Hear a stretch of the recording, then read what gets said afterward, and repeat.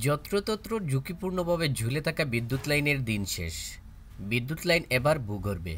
আর বিশ্বের সাথে তাল মিলিয়ে বাংলাদেশে এই প্রথম ভূগর্ভে বিদ্যুৎ লাইন, যার সূচনা হচ্ছে সিলেট থেকে। সেই সাথে হচ্ছে নতুন যুগের সূচনা। সিলেট নগরীতে ভূগর্ভে বিদ্যুৎ লাইন স্থাপনের উদ্বোধন করেছেন সিলেট সিটি কর্পোরেশনের মেয়র আরিফুল হক চৌধুরী।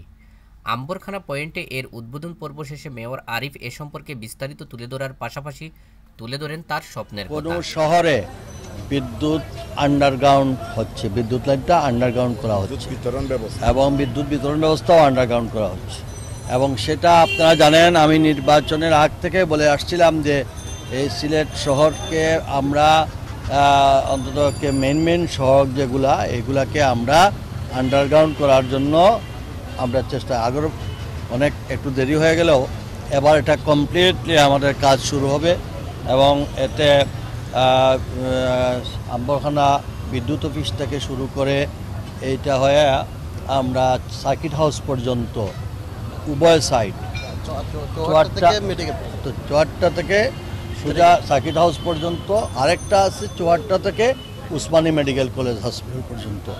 এটা ফেজ ওয়াইজ কাজ হবে টার্নকি ভিত্তিতে, এবং এটার সমস্ত মেটেরিয়ালস থেকে শুরু করে সব এই কোম্পানি ওনারাই পর্যায়ক্রমে সাপ্লাই করে যায়।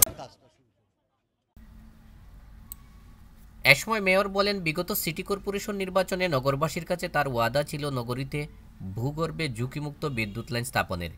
সেই ওয়াদা অনুযায়ী বিদ্যুৎ উন্নয়ন বোর্ডের এ কাজে সহযোগিতার হাত বাড়িয়ে দিয়েছে সিলেট সিটি কর্পোরেশন। মূলত এটা বিদ্যুৎ উন্নয়ন বোর্ডের কাজ হলেও পরামর্শ ও পরিকল্পনা করেছে সিসিক। এই প্রকল্পটি বাস্তবায়ন হলে নগরীর সড়কে বিদ্যুতের ঝুঁকি একেবারেই থাকবে না, তাছাড়া পরিচ্ছন্ন দেখাবে নগরী। সিলেট সিটি কর্পোরেশনের নির্বাহী প্রকৌশলী বিদ্যুৎ রুহুল আলম জানান, প্রাথমিক পর্যায়ে ভূগর্ভে বিদ্যুৎ লাইন স্থাপনের কাজ হবে নগরীর ইলেকট্রিক সাপ্লাই থেকে Ambarkhana point, Chowhatta point, Zindabazar point হয়ে বন্দর পয়েন্ট ও সিটি পয়েন্ট। এখান থেকে যাবে সার্কিট হাউস পর্যন্ত। এছাড়া চৌহাট্টা পয়েন্ট থেকে আরেকটি লাইন যাবে উসমানী মেডিকেল পর্যন্ত। এতে ব্যয় হবে 55 কোটি টাকা। রুহুল আলম আরও বলেন, মূলত এটা বাংলাদেশ বিদ্যুৎ উন্নয়ন বোর্ডের কাজ, ব্যয়ও তাদের। তবে সিলেট সিটি কর্পোরেশনের পরামর্শ ও উপরে উল্লিখিত কাজ হবে একই টেন্ডারে একই প্রতিষ্ঠানের মাধ্যমে, যার দেখাশোনা ও তদারকি করবে বিদ্যুৎ উন্নয়ন বোর্ড। তিনি বলেন, একটা প্রকল্পের মাধ্যমে পুরো কাজটি হচ্ছে।